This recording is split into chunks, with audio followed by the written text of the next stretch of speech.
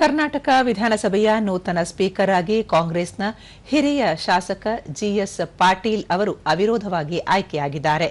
ಮುಖ್ಯಮಂತ್ರಿ ಡಿಕೆ ಶಿವಕುಮಾರ್ ಅವರು ಸ್ಪೀಕರ್ ಸ್ಥಾನಕ್ಕೆ ಜಿಎಸ್ ಪಾಟೀಲ್ ಅವರ ಹೆಸರನ್ನು ಪ್ರಸ್ತಾಪಿಸಿದರು. ಈ ಪ್ರಸ್ತಾವನೆಗೆ ಉಪಮುಖ್ಯಮಂತ್ರಿ ಡಾ ಜಿ ಪರಮೇಶ್ವರ್ ಅವರು ಅನುಮೋದನೆ ನೀಡಿದರು. ನಂತರ ಹಂಗಾಮಿ ಸ್ಪೀಕರ್ ಪ್ರಸ್ತಾವನೆಯನ್ನು ಸದನದ ಮತಕ್ಕೆ ಹಾಕಿದರು. ಪ್ರಸ್ತಾವನೆ ಅಂಗೀಕಾರವಾದ ಹಿನ್ನೆಲೆಯಲ್ಲಿ ಜಿಎಸ್ ಪಾಟೀಲ್ ಅವರು ವಿಧಾನಸಭೆಯ ನೂತನ ಸ್ಪೀಕರ್ ಆಗಿ ಅವಿರೋಧವಾಗಿ ಆಯ್ಕೆಯಾದರು. ಸ್ಪೀಕರ್ ಆಯ್ಕೆ ಪ್ರಕ್ರಿಯೆ ನಡೆಯುತ್ತಿದ್ದ ವೇಳೆ ವಿಧಾನಸಭೆಯ ಬಿಜೆಪಿ ಸದಸ್ಯರು ಸದನದ ಹೊರಗಿದ್ದರು.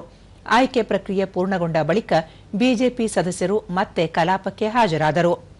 ಸ್ಪೀಕರ್ ಆಯ್ಕೆ ಪ್ರಕ್ರಿಯೆ ಪೂರ್ಣಗೊಂಡ ಬಳಿಕ ಮುಖ್ಯಮಂತ್ರಿ ಡಿಕೆ ಶಿವಕುಮಾರ್ ಮತ್ತು ವಿಧಾನಸಭೆಯ ವಿರೋಧ ಪಕ್ಷದ ನಾಯಕ ಆರ್ ಅಶೋಕ ಅವರು ಜಿಎಸ್ ಪಾಟೀಲ್ ಅವರನ್ನು ಸಾಂಪ್ರದಾಯಿಕವಾಗಿ ಕರೆತಂದು ಸ್ಪೀಕರ್ ಪೀಠದಲ್ಲಿ ಕೂರಿಸಿದರು.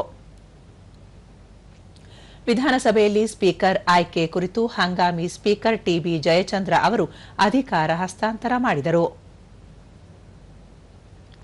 ಬಳಿಕ ಮುಖ್ಯಮಂತ್ರಿ ಡಿಕೆ ಶಿವಕುಮಾರ್ ಸಭಾಧ್ಯಕ್ಷರಾಗಿ ಆಯ್ಕೆಯಾಗಿರುವ ಜಿಎಸ್ ಪಾಟೀಲ್ ಅವರು ಕಾಂಗ್ರೆಸ್ನ ಕಟ್ಟಾಳು, ಪಕ್ಷದ ಸಿದ್ಧಾಂತಕ್ಕೆ ಬದ್ಧರಾಗಿ ಕೆಲಸ ಮಾಡಿದ್ದಾರೆ.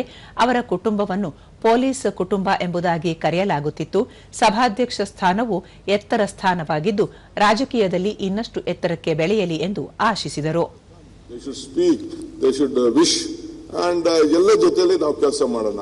ಈ ರಾಜ್ಯದ ಹಿತಕ್ಕೆ ನಮ್ಮ ನಾಡಿನ ಏನು ಜನತೆ ಏನೇನಿದ್ದಾರೆ ಅವರೆಲ್ಲರೂ ಕೂಡ ಗಮನದಲ್ಲಿಟ್ಕೊಂಡು ರಾಜ್ಯದ ಹಿತಕ್ಕೆ ಪ್ರತಿಯೊಬ್ಬರಿಗೂ ಕೂಡ ಇನ್ನು ಮುಂದಕ್ಕೆ ನೆಕ್ಸ್ಟ್ 20-25 ಇಯರ್ಸ್ ಅಲ್ಲಿ ಇಡೀ ರಾಜ್ಯ ಹಸಿರು ರಾಜ್ಯವನ್ನಾಗಿ ಮಾಡಿ. ಪ್ರತಿಪಕ್ಷ ನಾಯಕ ಆರ್ ಅಶೋಕ ದೊಡ್ಡ ಜವಾಬ್ದಾರಿ ಹುದ್ದೆಯನ್ನು ಅಲಂಕರಿಸಿರುವ ಜಿಎಸ್ ಪಾಟೀಲ್ ಅವರು ಸದನದ ಗೌರವವನ್ನು ಎತ್ತಿ ಹಿಡಿಯುವ ಸ್ಥಾನದಲ್ಲಿ ಕುಳಿತಿದ್ದಾರೆ. ದೊಡ್ಡ ಜವಾಬ್ದಾರಿ ದಕ್ಕಿದ್ದು ಸಂಸದೀಯ ಪ್ರಜಾಪ್ರಭುತ್ವ ಮೌಲ್ಯಗಳನ್ನು ಎತ್ತಿ ಹಿಡಿಯಬೇಕು. ಅಲ್ಲಿ ಪಕ್ಷದ ದನಿಯಾಗಿರದೆ ಸಂವಿಧಾನದ ದನಿಯಾಗಿರಬೇಕು ಎಂದು ಹೇಳಿದರು. ನೀವು ಸಭಾಧ್ಯಕ್ಷರಾಗಿ ಆಯ್ಕೆ ಆದ್ಮೇಲೆ ಆ ಜನಕ್ಕೆ ಅನ್ಸುತ್ತೆ ನಮ್ಮವರೊಬ್ಬರಲ್ಲಿದ್ದಾರಪ್ಪ, ಉತ್ತರ ಕರ್ನಾಟಕ ಸಮಸ್ಯೆಗಳನ್ನ ನಾವು ಯಾವಾಗ ಬೇಕಾದ್ರೂ ಕೇಳಬಹುದು ಅನ್ನೋ ಭಾವನೆ ಇವತ್ತು ಇಡೀ ನಾಡಿನಲ್ಲಿ ಬರುವಂತ ಒಂದು ವ್ಯವಸ್ಥೆ ಇವತ್ತು ಆಗಿದೆ. ಅದರಿಂದ ನಿಮ್ಮ ಈ ಜವಾಬ್ದಾರಿ, ದೊಡ್ಡ ಜವಾಬ್ದಾರಿ ನಿಮ್ಮ ಮೇಲೆ ಬಂದಿದೆ ಇವತ್ತು.